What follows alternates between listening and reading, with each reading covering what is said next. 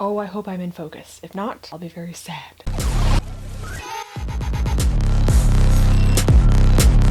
Hey everyone, welcome back. Thank you so much for joining me. If you are new here, my name is Jasmine, and this is my second channel, Jasmine Baker 2, where we do story times, TV and movie commentary, and just kind of goof off over here. I have done one movie review, and I am looking forward to doing more of those. Those are fun. On my main channel, you can see all of my artwork and tutorials, all that good stuff. I will leave all of that in the description box down below. I'm a colored pencil artist, and I specialize in realism. I also sometimes make tutorials where I give the audience the illusion that I know what I'm talking about. Welcome back to story time. It's been a minute, you guys, since I told a story. I have actually 3 story times for you, so you're getting 3 for the price of 1 today. 3 story times of when I almost lost consciousness. I know, it's wild. If you watched this video, congrats, you are all caught up. The story times that you're going to be listening to today are going to make a little bit more sense. If you're not caught up, I strongly recommend watching that video before you watch this one, because you are not going to know what's going on. Here are 3 stories of when I had severe pain episodes. These episodes have happened pretty much monthly since about age 15, but I feel like just telling you 3 instances will probably suffice. You can get a general idea of what was going on. First, in 2016, you know that I worked in a call center. You've probably seen my call center story times. So this was about 2 years after I started working there, and I was in the business department, which was a little bit more strict about attendance. You might recall when I switched over to the business department. So this was, I know it was springtime. I want to say it was probably around March of 2016. I felt fine in the days prior, and I noticed that the day of my period starting, I had to go to work, and I had felt fine in the days prior to this. I had had my normal PMS cramps. So the morning I had to go to work, I had a feeling that Aunt Flo was going to come that day. I'm pretty good at estimating when that's going to happen, if it's like within a couple of days. I can also tell because I would get cold and flu symptoms like I mentioned in a previous video. These were usually the warning signs that I had to take ibuprofen way ahead of time. I went to work, but then my period happened when I was on the phone. I could feel my pants waistline starting to get really tight, so my abdomen was actually starting to swell. I unbuttoned them and I still had a belt on, so the belt was actually holding my pants up. It was super uncomfortable, but I figured I would try to just get through the day. Hopefully the time would pass by quickly and I could just go home. Lunchtime came around and I was not feeling well. I walked across the street to the discount store on my lunch. With each passing minute, I felt more and more weak. I'm in the store, I find some acetaminophen, which is Tylenol, and then I find some Dramamine, which is for nausea. I'm walking around the store feeling very unsteady. I'm sure I look like I was mildly drunk or something. It was just so hard for me to walk properly. I paid for my items and then I head to the bathroom there in the store because I just get this wave of nausea. It hit me and I thought I was gonna throw up, but I ended up sitting on the bathroom floor. I'm just pouring with sweat. I'm feeling weaker and weaker as the minutes go by. I have no concept of time while this is happening, mind you. I'm still feeling weaker, but I'm like, I have to get back to work, and I get up, leave the store after taking the Dramamine and Tylenol, and here's where the really fun part starts. I have to cross the street 2 times to get back to work. There's an intersection. It's a 4-way intersection. So I have to cross one street and then cross the other street just to get over to work. There's no shortcut with that. You can go left or right. It's the same amount of time. I cross the first street. At this point, everything feels like it's in slow motion. I kind of feel like my head is spinning. I start kind of like kneeling because I'm having a really hard time standing up straight. Kind of like this kneeling, kind of squatting thing because my legs feel so weak. Walking becomes very difficult. On top of that, I'm in excruciating pain. That's why I can't stand up straight, because I was in so much pain at the time. I stop at the street sign, I push the crosswalk button, and I wait to cross the other side. I'm almost to work. I'm waiting and I'm kind of swaying back and forth. Vision is still weird. I'm still sweating. I begin to cross the street the second time and I slow down as I'm walking in the middle of the street because I'm weak, and then my vision is starting to get really dark. I'm trying to pace myself to the then walk through the parking lot of work. I have to walk across the entire parking lot to get to the front. We're talking about each row of like parked cars is probably 20 parked cars length. So I have to walk that far to get to the front door and swipe my badge. I get to the door where I have to swipe my badge. I'm looking for that in my backpack. Of course, everything has to take extra time when you feel terrible. Okay, maybe my friend will give me a ride home if he is still at work and he hasn't left yet. I cannot physically stay here at work. This is torture. So as I'm about to swipe my badge, my friend is walking out and I'm just like, dang it, he's leaving for the day. Because he had his backpack. That's how I knew he was leaving. I was even too weak to speak and I still had things to do before I could get off work. I had to like actually sign myself out and take my PTO and log out of my computer before I could actually leave. So it would be a few minutes before I could leave the building. I make it back to my desk and I am at death's door. I am pale, sweating, my blood pressure is low. Well, now I know it's my blood pressure. Back then I didn't know that it was my blood pressure that was plummeting. I have nausea. I'm struggling to keep my eyes open. My vision still feels like it's kind of like dark. Everything is like closing in on me. So the OM, the on-site manager, I think she was listening to calls or doing online work or something. She had this little desk on wheels with her little laptop, and she would go around and sit with people and like randomly listen in on calls for quality control. I let her know that I need to go home and she sees that I'm visibly sick. I look like I am about to die. Remember, at this point in life, I still had no idea what's going on with my body. I was 2016, yeah, I was 23. Every single month, like clockwork, these episodes are happening and I never know why. I know now after doing lots of research. I have no clue why my body is trying to kill me. Why is my uterus this way? I let the OM know what's going on. She's really understanding. And then she asked me, do you have endometriosis? And I'm like, no, I don't know what that is. And she explained it's like where you get sick on your period every month, because I told her I got sick every single month and it always feels like I'm going to die. She's like, yeah, it's where you get sick from your period every month and you're in a lot of pain. So the years following that, I did research on the disease after,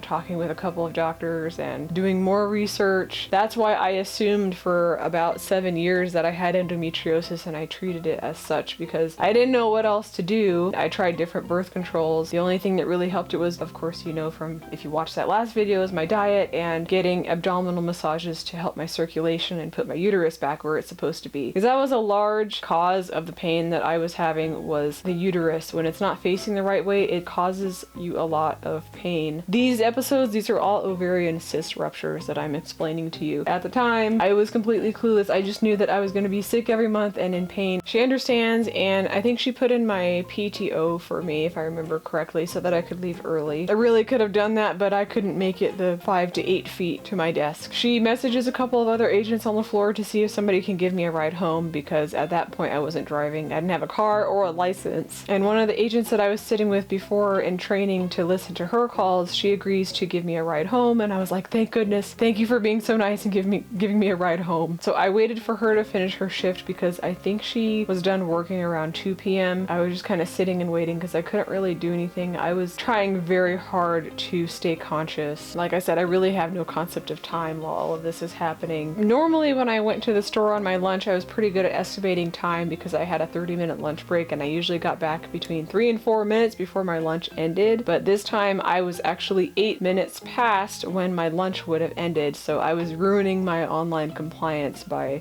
almost dying and not being logged in on the phones on time. While I was sitting there on the floor next to the OM, I get this huge wave of nausea and I struggle to go to make it to the bathroom. I somehow made it in there. I puked. I made it into the bathroom just in time. I know the nausea will get worse because when the pain worsens, the nausea increases. How did I manage to be 50% conscious and manage to reach the bathroom just in time to puke? My coworker drove me home and she was so nice. I said, thank you so much for giving me a ride home. She goes, I hope you feel better. I'm like, thank you. I make it to the front door. I go inside and I pretty much just collapse on my couch. I don't really remember laying on the couch, like sort of, but I know that I woke up 2 hours later. It was like 2 hours just passed in the blink of an eye. I don't remember falling asleep. So a second time that I remember this happening was more recent. This was in August and September of last year. And as you know, at that point, I had already gotten a few of the pelvic massages. So I was still trying to figure out stuff, and I had gone about 7 months without having an episode, which is pretty good. That was actually the longest I think I had ever gone without having that. It was also around the time when I got COVID, around the first week of August, I believe. I started getting a sore throat on Sunday, and on Sunday it rained really hard, and I was trying to get some of the water out of the front yard because I was trying to make sure the trench in my backyard was not blocked. I had to use a shovel, and I ended up hurting my back at some point. So the next day my back was hurting really badly, and I was starting to get sick on that Monday. I'm at work with my mom, and at this time she was working for somebody else, and she had her own business at the same time. So the other people that she was working with, some of them had gotten COVID already, so she had actually gotten it from them, and then she brought it home. My brother and I got sick. I mean, it really actually wasn't that bad. She and my brother had different symptoms than I did. She and my brother, they were extremely hungry when they had COVID. I had no appetite. They both had taken the COVID test, and both of them were positive. I was sick, so I just assumed I was also positive. I think I missed work at the call center. Yeah, I think that was when I had to use my medical leave, I believe. It was one of those weeks where like you're in between paychecks, so like stretching your last few dollars, it was one of those weeks. And you couldn't really afford to take off more time from work, but you're sick, but you're also not working from home. So on the Monday that we were cleaning this house, it was one of our regular clients' house, I was starting to get back pain, and then I remembered I did a bunch of yard work the day before. My lower back was like absolutely killing me. I couldn't even stand up. And then on top of that, I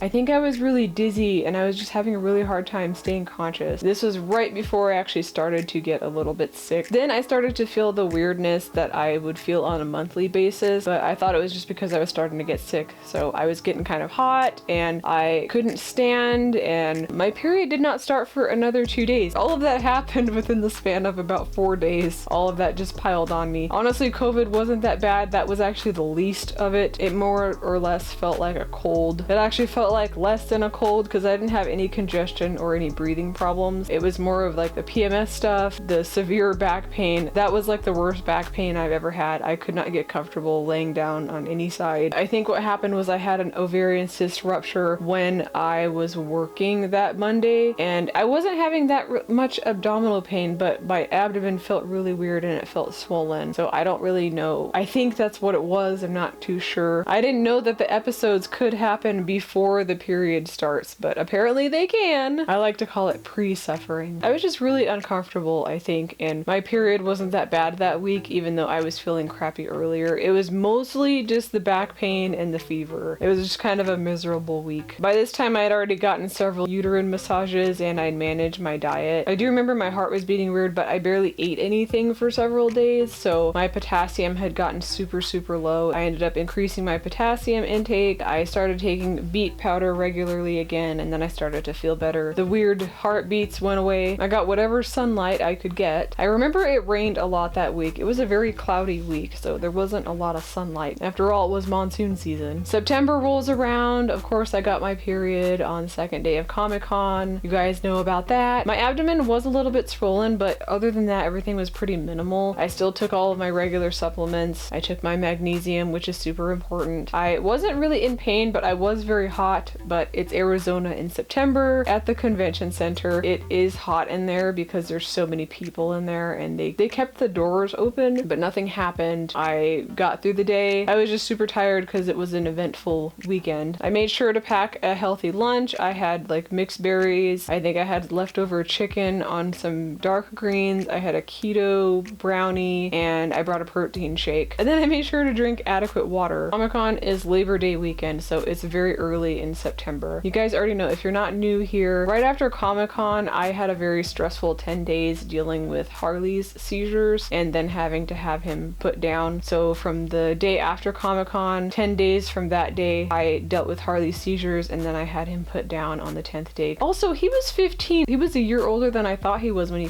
passed away. I thought he was 14, but I looked at his old vet paperwork, and it said that his date of birth was in 2007, which would make sense because I think that was my freshman year. Yeah, it would have been my freshman year of high school that we got him. He was pretty old for a pug. Most pugs do not live even close to that age. I took care of him. So he passed away on September 14th of last year. 10 days after that, my period came again on the 24th. Yes, 2 times in the same month, 21 days apart. I've had that happen many times before that. I believe it was really messed up because of stress, and that affects your hormones. Some women lose their period periods during times of stress. This time I was cleaning the same house again as the month prior. I'm an hour into cleaning. I felt fine when I got there. We were about 70% done after an hour of cleaning. I start feeling weird again, like really weak. My abdomen's not hurting too much, but it is starting to swell, and like the elastic on my pants is what's making it hurt. I had my smartwatch on this time. I wanted to track like my steps and my calories, and I know the calories are not accurate, but I also wanted to track my heart rate. I wanted to track if that changes, so I would start wearing my watch more during that time of the month to see what changed when I was having an episode. This is what I learned. I was halfway done with my protein shake, and that was after the high protein breakfast I had before I left the house. I knew that a protein shake would help with the blood sugar, so there's no way that my blood sugar was dropping while I was still consuming the protein shake, and I was about halfway done with that. So I'm evaluating my life choices at this point. It's not my blood sugar dropping. It can't be, because I had already drank quite a bit of that, and I felt fine when we left the house. I felt fine on the car ride there. I felt fine when we were carrying in all the cleaning equipment. I felt fine for the first hour of cleaning. This is something really sudden. That's how I use the process of elimination when I was looking up what are these episodes. I look at my watch. My heart rate while I was standing, or trying to stand, I was really struggling. It dropped from the low 100s to about 55. 55 beats per minute is extremely slow for me. That's almost as low as it would be if I were just laying down on my bed relaxing. So my heart rate plummeted. I feel my abdomen swelling. So I know, well, that's why I start to get dizzy, because my heart rate is slowing down so much. I had to keep shifting my pants down below my belly button to relieve the pressure. And I was wearing these athletic pants that I always wear that have the elastic waistband, but the band, it was too tight. Some women, I guess,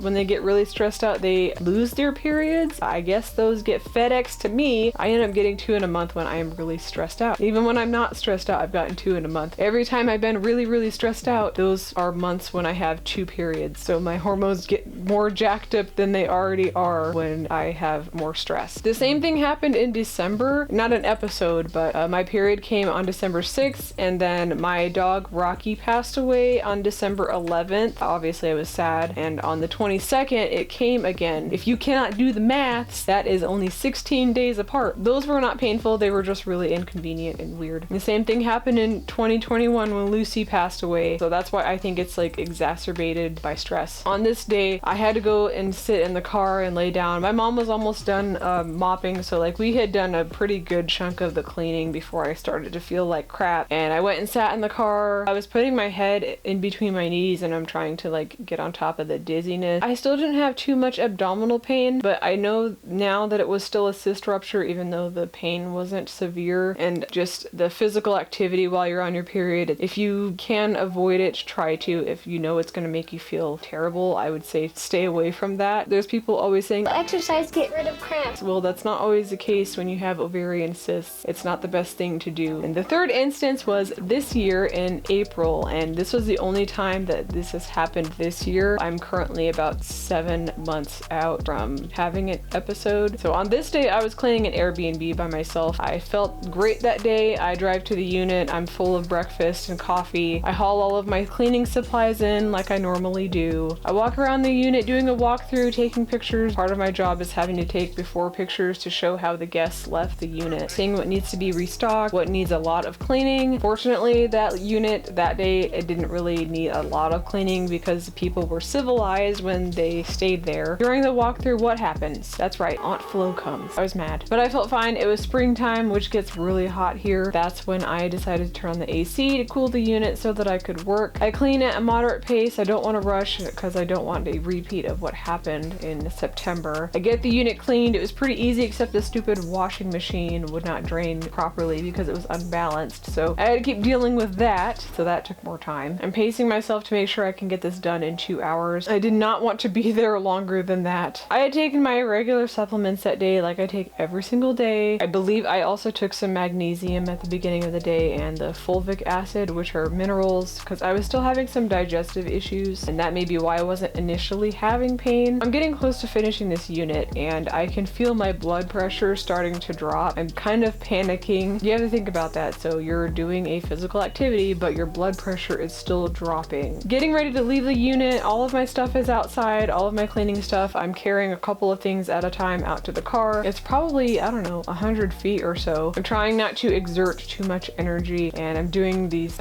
deep breaths, and I'm trying to massage my abdomen on the way back from the car while my hands are empty. What I also need to add when these happen is that I am also usually having a panic attack, because I know what is going to happen once the pain gets to a certain point, and that's what gives me the anxiety. Because it's happened so many times over the course of my life since I was 15, I started developing panic attack from that because I have anxiety. So I expected these episodes, I never got used to them. The only thing that I did get used to was I knew that after a certain amount of time, usually about 2 hours, that it would go away. I was having trouble with the washing machine at that unit, so it was unit B, and then the Airbnb manager just told me to use the washer and dryer in unit A, and I ended up not doing it because I didn't want to stay there longer than I needed to. I was just gonna come home and finish the laundry, because you swap out stuff when you're there. I'm sitting in the car, massaging my abdomen. I'm trying to take deep breaths. The pain is more in the center where my uterus is and the left side. It's almost never on the right side. The reason I know that it's the ovary and not so much the uterus, like the uterus does hurt a little bit, but the ovary pain is severely worse than the uterine pain. And when you massage the uterus, the pain goes away. When you massage the side where the ovary is, the pain doesn't go away. That's how I distinguish the difference. With a cyst, the pain doesn't go away until, I don't know, you pass out or something, whichever comes first. I'm overheating, sweating, my abdomen is swollen. I went back to unit A because it was vacant and it was relatively cool in there. I'm usually in the bathroom when these episodes happen. I was in the bathroom when this episode was happening in unit A because usually what happens is I bleed more, like I can feel like I'm losing a lot more blood than I should be losing. It's just more comfortable being in the bathroom. Okay, I don't know why, it just is. I'm comfortable with laying on the floor. I've done it so many times before. I'm a cleaner, so I always have Lysol anyways. If it ends up looking like a crime scene, I have all of the products to take care of it. If you're questioning why the video looks different, it's because I'm using a different camera. My batteries for my other camera are kaput. I had to switch over to the D610, and that's why the color is off. It's different moving forward. My mom is cleaning a unit just a couple of miles away, so she actually came to where I was right before it started getting really bad, and I asked her to bring my heating pad and white willow. Yes, I have a portable heating pad,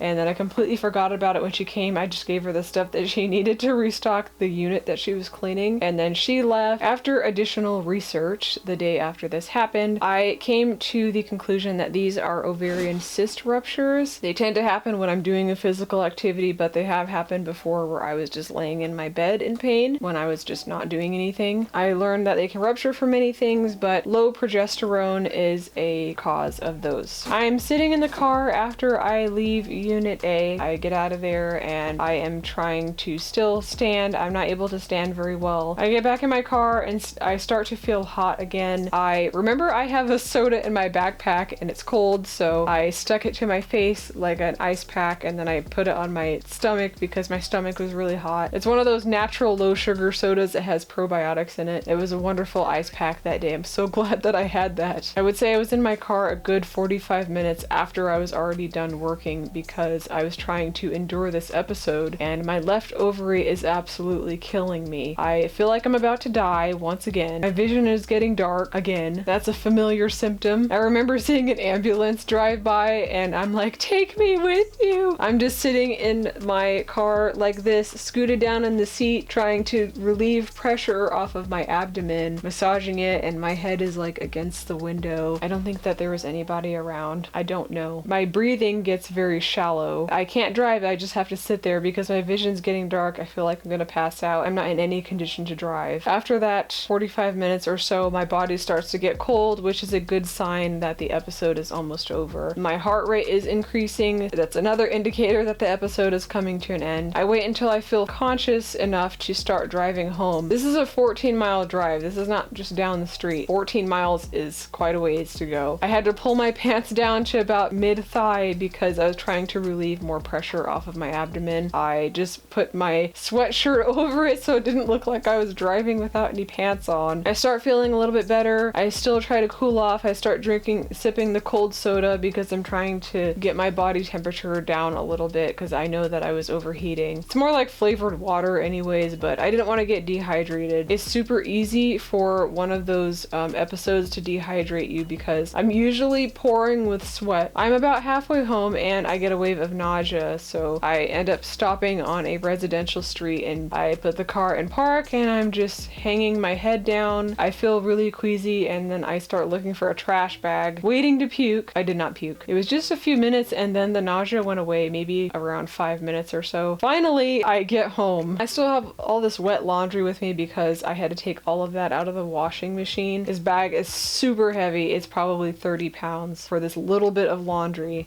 because yeah, the washer wasn't working, so it wasn't draining and spinning. I didn't have time to dry it, so I stuck it in the bag and then I put the bag in the mop bucket so it was easier to carry. I get home, put the mop bucket on the floor by the front door. I go to my room, I took off my pants and I fell asleep instantly. I was so weak and I slept for almost 4 hours. I woke up and it was almost 8 p.m. From that point, I researched foods to include in my diet that raise progesterone. Since this is clearly a hormonal issue, I stay away from fried foods as much as possible. I started making this trail mix of the types of seeds and nuts that I'm supposed to be eating. I've also just incorporated eating more fiber, even though I was already eating a bunch of vegetables, and taking additional magnesium, as well as taking chaseberry, or it's also called Vitex, which aids in hormone balance because I refuse to go back on birth control. Now, what I believe is happening is an issue with my thyroid. I had surgery back in September and I don't have endometriosis or PCOS. I don't have adenomyosis. I don't have fibroids. I don't have any other cysts growing in my abdomen. There's nothing, like my abdomen looks completely normal on the inside. I saw pictures of the inside of my body. I just have all of the symptoms of endometriosis, and coincidentally, the symptoms of hypothyroidism are almost identical to endometriosis. So I was kind of on the right track, and obviously it was hormonal. A thyroid issue is something that I always considered. Just all of the abdominal issues that I was having, and because I was having a lot of problems with my period and my hormones, I just assumed that it was endometriosis. It was a very educated guess. My abdomen is not permanently bloated, but it's like it is distended, and I suspect it's just severely weakened abdominal muscles, maybe a separation, because it does hurt when I do certain activities, like if I exercise a certain way or if I get bloated, the abdominal wall actually causes me a lot of pain. So I've been doing core exercises, so I'm going to try and strengthen that and get that to where it's supposed to be. So what's going on with that is completely separate from the hormonal thing that's going on. That's more mechanical. That can just be fixed with proper core strengthening. Now, I do want to have a full thyroid test done, like a full thyroid panel. I would have to stop taking my supplements, obviously, for a couple of weeks. My body kind of reverts back to its original state before I started to fix the issue. I know when I stop taking supplements, I start feeling completely terrible again. I'm completely wiped out of my energy. And that was something that happened before I had my surgery. The same thing. I stopped taking all of my supplements and I felt like crap within 2 days of stopping all of that. Was completely wiped out of my energy. I just didn't feel like doing anything. I felt weak, and so clearly something I'm taking, probably the iodine, is helping me really just like get by and helping me function. I would have to find a doctor that's like a naturopath. A regular doctor won't do it unless I lie and say I want to get pregnant. Then they'll test my hormones. Otherwise, they don't care about your hormones if you're not trying to get pregnant. Those can't possibly be causing you any kind of discomfort whatsoever. What are you doing? They'll just give you a hormone pill, which it seems counterintuitive, does it not? You want to give out hormone pills like they're candy, but you won't actually test the hormones. You're trying to treat something that you don't even know exists yet. You don't know the condition of it. That makes no sense to me. And besides that, routine blood work doesn't show the full thyroid information. You need an actual thyroid panel. So that's where I am right now. It's November, and I'm pretty happy to say that I have not had a cyst rupture in 7 months. Some things that I did do to fix it are, like I said, making that trail mix where I have pumpkin seeds, sunflower seeds, walnuts, and toasted coconut. All of those are unsweetened, and then for sweetness I add in some dried pineapple. So I eat that every day, and it's really helped me manage my hormones, as well as taking quite a few other supplements and eating the right foods. Trying to keep fried foods out of my diet. I think the extent of the fried food I eat right now is just potato chips, and that's once in a while. I did also start using a castor oil pack. It is a special pack that you put on your abdomen with castor oil, and that also has been pretty helpful with the ovarian cyst. I do strongly recommend looking into that if you suffer from that. What are you doing? My cats are acting like complete criminals right now. I need to finish this video. But yeah, a castor oil pack is really just useful. normal. And the reason I think that these are ovarian cyst ruptures is because, one, my body overheats, so my body temperature does go up when these happen. I do actually feel hot and sweaty. Two, I have severe pain on one side, and massaging it does not help. So I know that it's not the uterus that's having that pain while that's happening. It's just the ovary. When you massage it, it doesn't help the pain whatsoever. Three, the bleeding is increased, which is what happens during a cyst rupture. I also found out that I found out that you can actually die from this happening, because if a cyst ruptures and all of that fluid leaks into your abdomen and it makes you sick, you can die from an infection. I don't think that's ever happened to me. I don't even know. That could be why I was feeling sick so many times on my period. Maybe I did have something like that going on. The other thing is, because the episodes are happening so suddenly, like you'll feel fine and then just within a few minutes you start feeling completely terrible. That's also another sign that that's an ovarian cyst rupture. If it's usually a sharp pain in only one part of your abdomen, left or right, that's an additional symptom. Right now I don't struggle too much with pain. I usually just make sure I take a lot of magnesium and potassium, and I have to make sure I actually have to eat a little bit more frequently because my estrogen is still high and my progesterone is higher than it was. My periods are not quite as frequent, but when they're happening, my blood sugar drops pretty significantly. I have a blood glucose monitor that I bought just for that so I could keep track of that. Right now it's just mostly the blood sugar thing and just being super tired. Eating warm foods helps with a lot of the discomfort, but I am doing a lot better than I was. I've just been trying to manage all of that. Let me know if you gals want a PMS essentials video. I'll gladly make one. I have tons of useful information. After all, this has been going on for 15 years. But that's it. Thanks so much for watching. I hope I didn't bore you too much. Be sure to check out my website, jasminebakerart.com, where I sell art, originals, and prints. I also sell handmade keychains. I have some Good Burger stuff. The Good Burger 2 movie recently came out. Maybe I'll do a movie review on that. If you want to hire me to draw you something, be sure to contact me on my website, or you can message me on Instagram. My Instagram is jasminebaker.artist, and I will see you guys in the next one. Bye.